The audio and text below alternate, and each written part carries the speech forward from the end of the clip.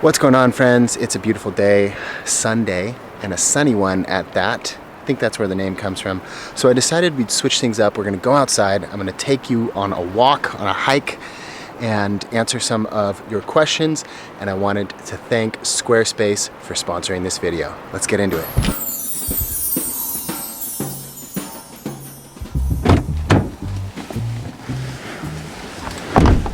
Oh, hey, I didn't see you there. Welcome back to the channel. You know, I'm just feeling kind of spontaneous, and I think that we could do something a little different. I thought that today we could just go out and about. It's Sunday today. It's a sunny Sunday, and it's supposed to rain for the next couple of days, so I want to take advantage of the good weather. I haven't been out fishing in a long time, and I want to go fishing, but I also want to get this video done for you, because if you follow me over on Instagram, then this video is for you. About a week ago, I did a Q&A over on Instagram. I had a lot of fun answering your questions, and I figured why not do a Q&A over here on YouTube? So that's what this is, but we're going to do it a little differently. We're going to go out and about, and I'm going to answer some of your questions throughout the video, so stay tuned. So my plan is this. I've screenshotted a couple, and by a couple I mean like 10 questions that caught my eye, that I liked. I appreciate everybody who took the time to send a question in. Does anybody else experience this? I always lose either the case for my AirPods or my AirPods themselves. And this is probably why. So I'll have to go back. Oh, look. Look at that. You see? Not all who wander are lost. So first question is from Megan Oliver. She says, what destination or trip changed your worldview the most? Epiphany, change of future goals, etc.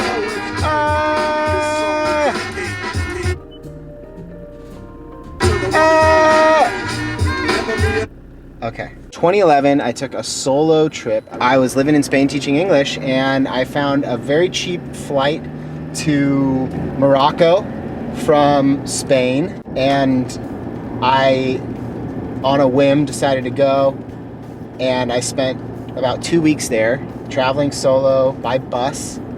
And this was, you know, it was 2011, so America was still kind of mistrustful of Islam in general, and I don't know, I think it was just kind of like, for me at least, it was a moment of like, all right, well, I haven't traveled in an Islamic country before, and I didn't know what to expect, and I went, and it ended up being one of the most incredible trips of my life. I went there with the intention of surfing, and it went through like a flat period, so there were pretty much no waves.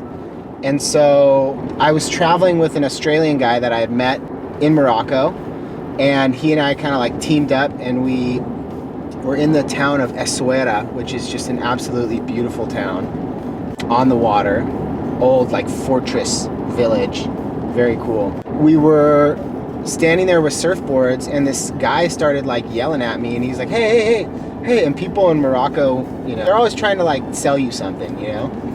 And so I wasn't really paying attention, and he was quite insistent, and so I finally was like, hi, like, how's it going? And, you know, he didn't speak any English, and my Spanish was pretty good, but not great, and he didn't speak Spanish. My French was like beginner French, barely spoke any French. And he ended up taking me in, took us in. We stayed with him for 3 nights, him and his brother. His name was Rashid.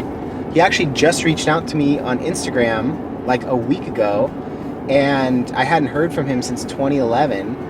And he is a woodworker and makes these really beautiful carved wooden doors. So that's really cool. He took us in. It was over Christmas break, and we spent a Christmas in his home with him and his friends. We went surfing.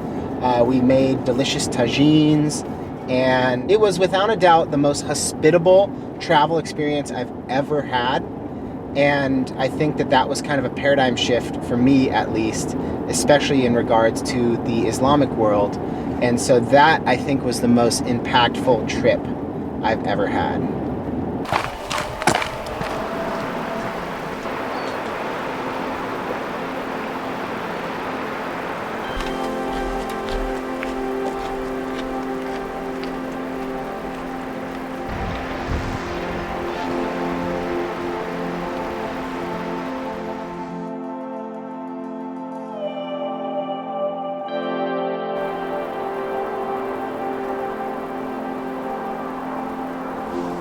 Okay, so Laura asks, what's the biggest difference between the wilderness in New Zealand and in other countries I've visited? Well, there are a lot of differences, but I'd say first and foremost, the fact that there aren't any large predatory mammals in the forest here, which could eat you.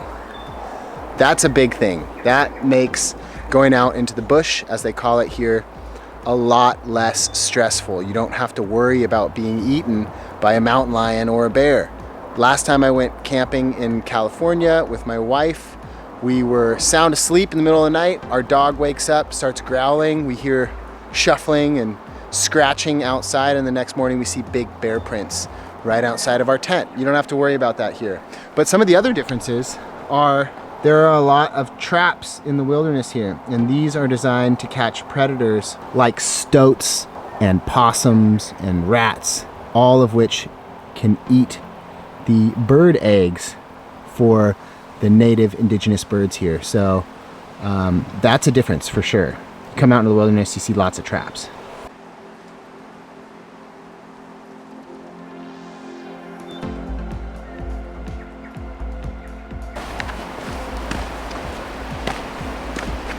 Some real Lord of the Rings stuff back here.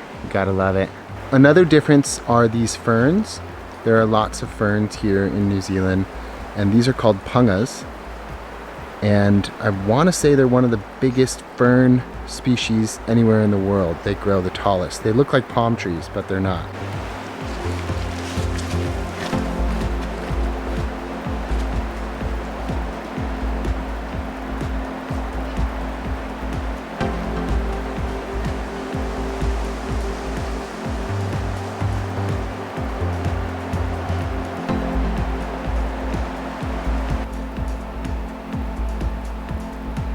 Next question. Is my forehead bleeding? Because I just walked into a blackberry bush. But I don't think it is. That's good. A lot of the questions that you sent over to me were about finances. So this one is from Lenka, and it says, you gave an awesome answer in your IG QA about what it took for you to get where you are now with career and with your finances, investing, saving, etc. Would you be willing to share a bit more about how you became financially literate? I think it's important when you're thinking about money to realize that a lot of the things that we think we need are actually things that we want, and we don't need them. I think when you're working with your finances, you should be thinking along the lines of, what are my hard expenses? What do I have to pay every single month? How much is my rent? How much do my groceries cost? I always tried to save as much as possible. So whenever I would get a paycheck, I'd take 30% of it right off the top and put that in my savings. But I think before you can start saving, you have to get out of debt. If you're in debt, I think the most important thing you could do is work towards getting out of debt as quickly as possible, because with debt, it's a system, right? They want to keep you in debt because you become a paycheck for somebody else. And the challenging thing with it is that debt is a slippery slope. Once you get into it, it's hard to get out. So if you're in debt, do everything you can to save as much money as you possibly can to pay off your debt. Pay off your debt as quickly as possible. Once you're no longer in debt, you can start looking at your expenses, how much you're spending, how much you could be saving if you went without the things that you want versus the things that you need. And then after that, looking into learning about investing. Money that's saved actually depreciates in value. So with inflation and stuff like that. So even if you're saving money, your money is actually becoming less valuable. So looking at ways to invest your money, even if it's like small apps like Robinhood or Acorn, where you can just take a small percentage of money, even 50 cents or $1 at a time, and be investing it by buying portions of stocks or different shares in mutual funds. There's a lot, and I'm not a financial expert by any means, but I can say that it's important to take a hard look at your finances. There are a lot of resources out there that are way better informed than I am. If you're looking into getting into the stock market, then check out shows like, I think his name's Jim Cramer. The program's called Mad Money on CNN. And that guy knows a lot about the stock market, and that's a good place to just kind of start to learn and become a little more literate about how all the money systems work and how you can start to grow your money. Just keeping it simple, minimize your expenses, save as much money as you can every month, and then once you start saving, start investing. Hope that helps.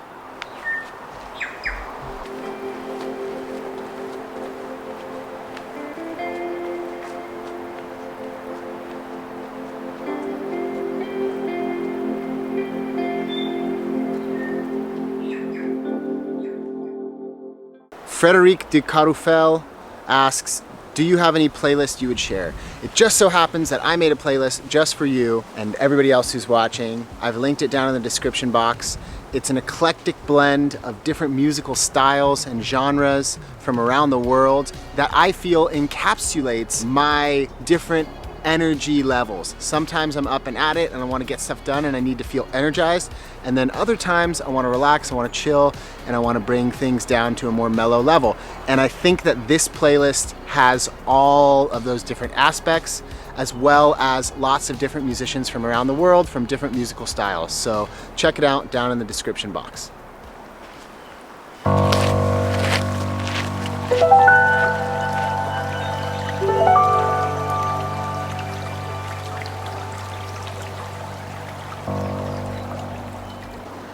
Okay, moving right along, Shreya Patel asks, my question is, what advice would you give to youngsters about travel in a post-COVID world? That is a great question, Shreya, and I think, I'm an optimistic person. I believe that within the next maybe year or two, the world will come together and get through COVID. And I think that the world will actually be better for it.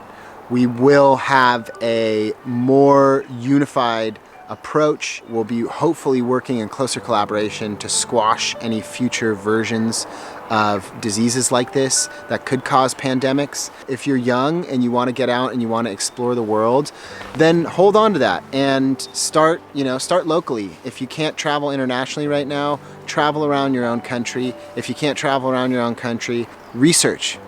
Watch documentaries and watch YouTube videos and read books from authors who've been to the places that you're curious about, and just nurture that curiosity.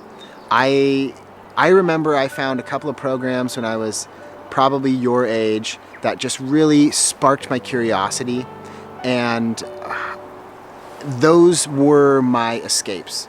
I couldn't travel at the time.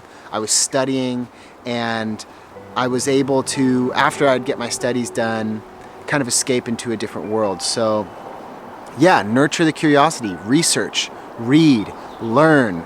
Our brains are these incredible machines, and we have to keep feeding them information. So if there's something that you're curious about, if there's a place that you want to travel, read up on it, learn about it, plan your trip so that when the time comes, you can just book the ticket and go, and you already know what you're going to get up to.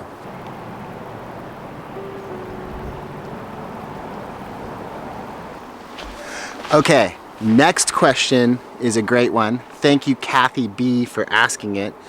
Of all the places you've traveled, where would you say had your favorite cuisine? Food is such a huge part of immersing yourself in the culture or the area you're in, and we love to be adventurous when we travel. I'm talking about meals you dream about and try to recreate at home, but it never comes close to the same thing. Oof. Okay. Well, that is a difficult question to answer. I've been blessed to have some very incredible meals between, the YouTube channel, the travel show Basic versus Baller. A lot of that was food centric, but I still have to say, I think that my 2 years living in the Basque Country of Spain, the Basque Country is a small autonomous region on the border between France and Spain, and they have their own language, their own history, and their very unique cuisine. Their gastronomy is world class. I think it has one of the highest ratios of Michelin stars per capita of anywhere in the world. And the town that I lived in, San Sebastian, also known as Donostia in the native language, Euskera, is one of the culinary capitals of the world. So I would say that there's nothing that really beats going out for pinchos with your friends. Pinchos are like tapas, they're little delicious, amazingly delicate and quite complicated little dishes sometimes, but they are just an explosion of flavor. So I would say either going out and doing pinchos in San Sebastian or going to the town that I used to work in called Tolosa, which is about a 20-minute drive away from San Sebastian, and going to a cider house, or a sidreria as they call it. I would have to say going to a cider house in the Basque Country is probably the best meal and experience. You're drinking this delicious, fresh, crisp, tart, alcoholic apple cider, and you're washing that down with, like a tortilla de bacalao, so an omelet with codfish in it, salt codfish, super good. And then obviously the chuleta, this big, amazing bone-in steak, only seasoned with thick, coarse salt, and then sliced and eaten on the table, standing up. You stand up and you share the table with your friends and with other people who are there, and it's just this convivial, amazing vibe, and the cuisine is to die for. So yeah, if you haven't had a night at a cider house in the Basque Country, you gotta put that on your culinary bucket list.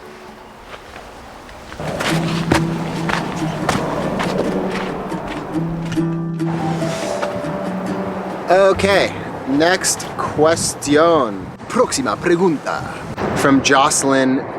She asks, how did you and Carrie meet and what drew you to her? Your chemistry and connection with one another is instantly apparent, and I love how easy it is to see the love and respect you have for one another. When I think of strong, deeply connected couples, you are the first to come to mind. Well, thank you, Jocelyn. If you haven't heard this story yet, it's a good one. Carrie and I were both managed by the same company in Los Angeles. We met at a holiday party for the company. Neither of us really wanted to go.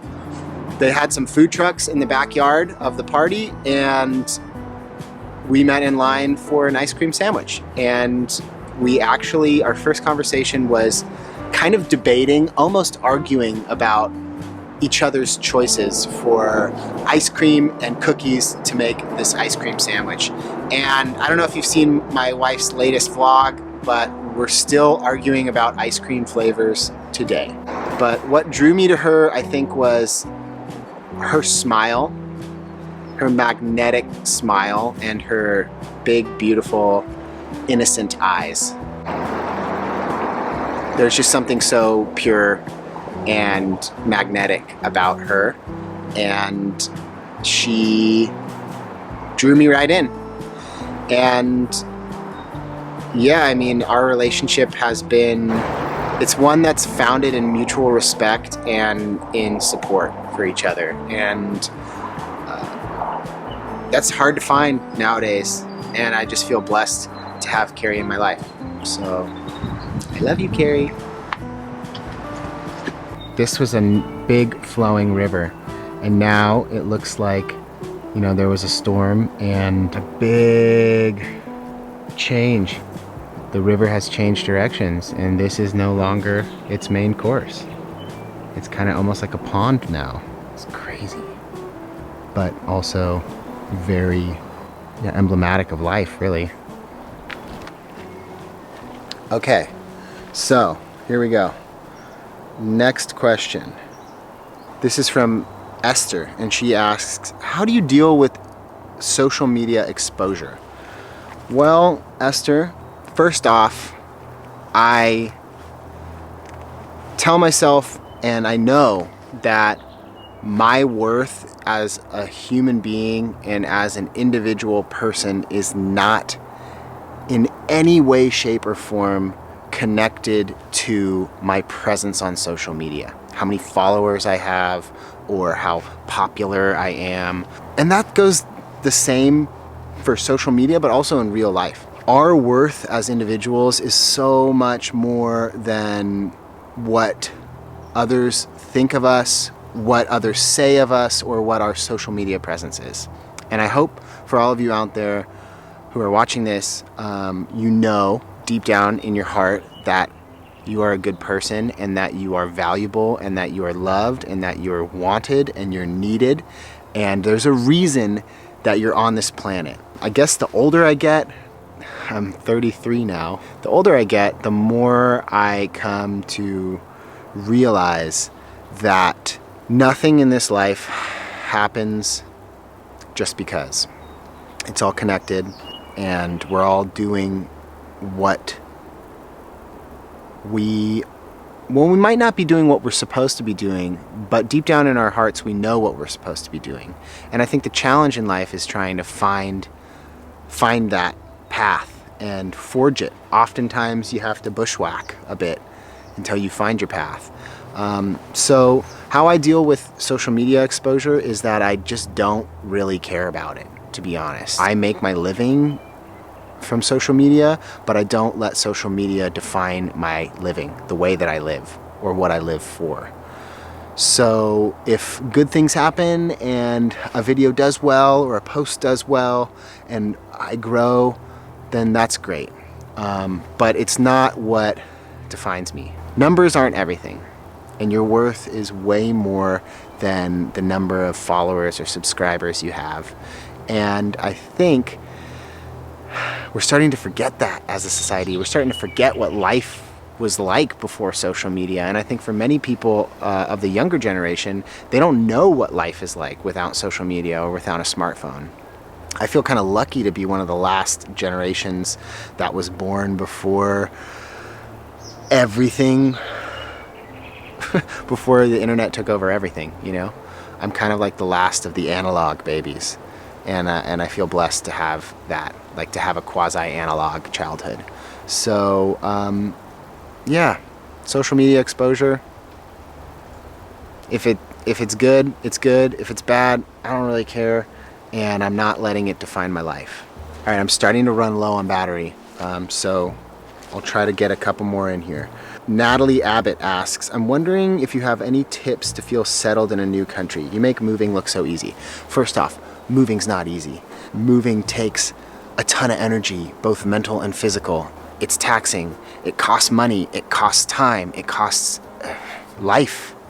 And so it's not easy, but I think if you're moving towards something, if you're moving towards a feeling of wholeness, if you're moving towards a place that you think will fulfill you more, then moving is the right thing.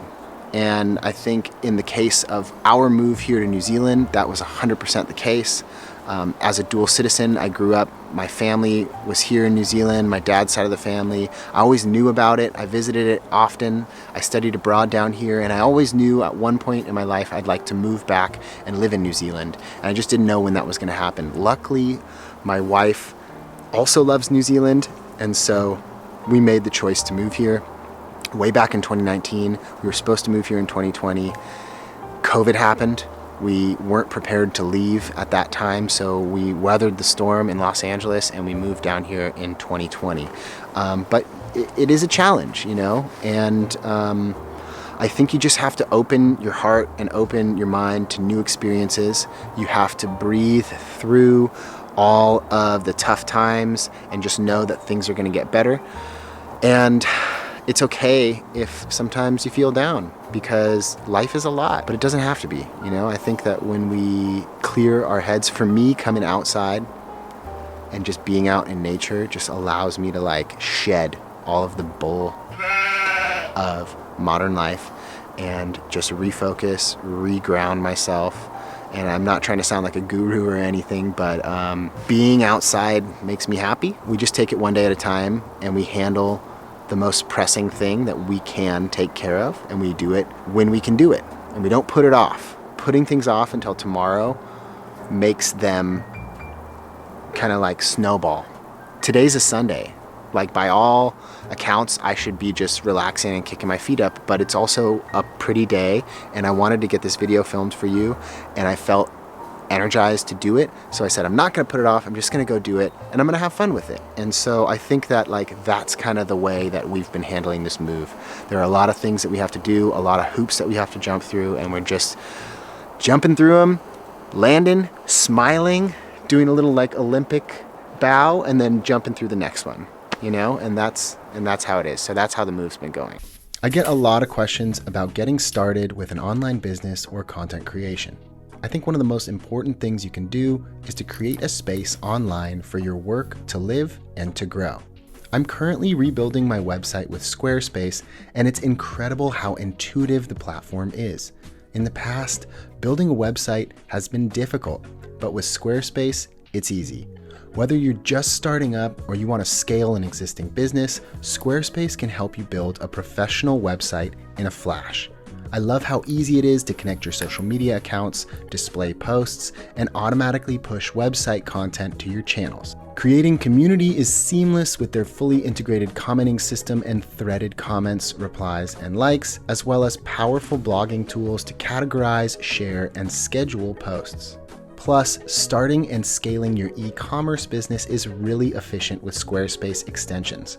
It makes managing inventory, promoting products, and bookkeeping easy to handle all in one location. So if you're trying to build your brand or scale your business, head over to www.squarespace.com/AlexTheVagabond and get 10% off your first purchase of a website or domain.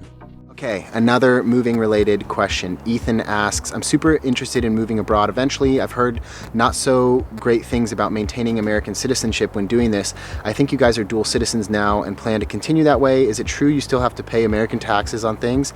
Yes. If so, how does that work, and what was the overall process you had to do to make it all happen? So we're still kind of figuring all this stuff out. I am a dual citizen of the United States of America and New Zealand. And now that I live in New Zealand, I have to pay taxes here. And so I also have to pay taxes in the United States where my business is. You pay taxes in both countries, but New Zealand and the United States have an agreement where you can avoid double taxation. So you're not being taxed fully by both countries. We have hired an accountant to help us with all of these things. And I have an accountant back in the United States, and we are figuring it out bit by bit. It's complicated for sure, but it's not like crazy. Many people are dual citizens and live in two different countries and pay taxes in both of them. And many countries have tax agreements to make it not so burdensome on the individual. So I'll let you know, Ethan, once we've paid all of our taxes in both places, how it all works out. And maybe that's a video, if you're more interested in, I can do some more research and let you know in a completely dedicated video to that. So let me know in the comments if that's something you'd be interested in.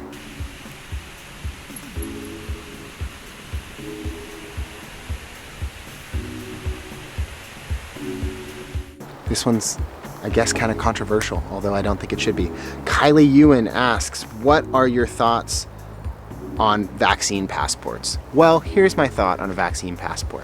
If you've traveled abroad, you know you have to have certain shots. For example, when I went to Tanzania to climb Mount Kilimanjaro, upon arrival, I had to pull out a yellow sheet of paper, which was a vaccine passport, and show that I was vaccinated for yellow fever, because yellow fever is endemic in Tanzania, and if you don't have the vaccine for yellow fever, they won't let you into the country. I think that people are getting kind of crazy, and there's a lot of hysteria going around about the vaccine for COVID-19. I'm not vaccinated yet because I'm not allowed to be vaccinated yet because the vaccine is not available to people of my age bracket yet here in New Zealand, but that's going to change in about 2 weeks. I will become eligible and I'm going to get the vaccine without a doubt. It's the Pfizer one, 2 shots, sign me up. If I was living in America, I would already be vaccinated. I think the vaccine is good. It's safe. I trust doctors. I trust the medical community and scientists. Science doesn't lie. Science has saved countless human beings. Yeah, that's my thought. I think the vaccine passport, if we need a passport to show that we're vaccinated for COVID-19 to start traveling again, then cool. Where's mine? I'll take it. I'll bring it with me. I'll show it to people.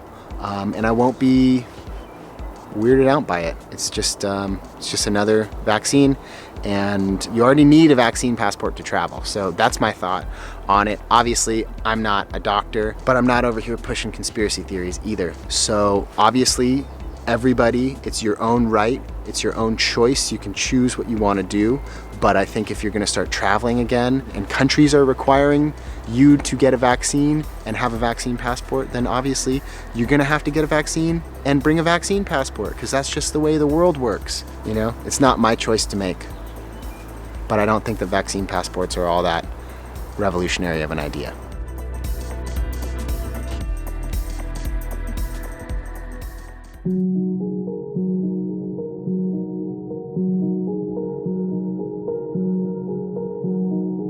Okay friends, thank you very much for tuning in. I have 1% battery left on my camera. I hope you enjoyed this little walk, this little talk, nature talk, answering your questions. Obviously there were a lot more that I couldn't get to, so if you're interested, please put your questions down in the comment section, and if there's enough of them, I'll do another one of these, because I actually really enjoy directly speaking to you, answering your questions, sharing opinions, sharing thoughts, starting conversations, because at the end of the day, that's what this is all about for me. This is a conversation between us. And so yeah, if you enjoyed this video, please give it a thumbs up, subscribe if you're not already subscribed to the channel, and you know, let me know your thoughts in the comments section, and if you have a question, drop it down there and we'll add it to the list for the next one of these. So in the meantime, carpe diem, seize the day, and we'll catch you around in the next video. Peace.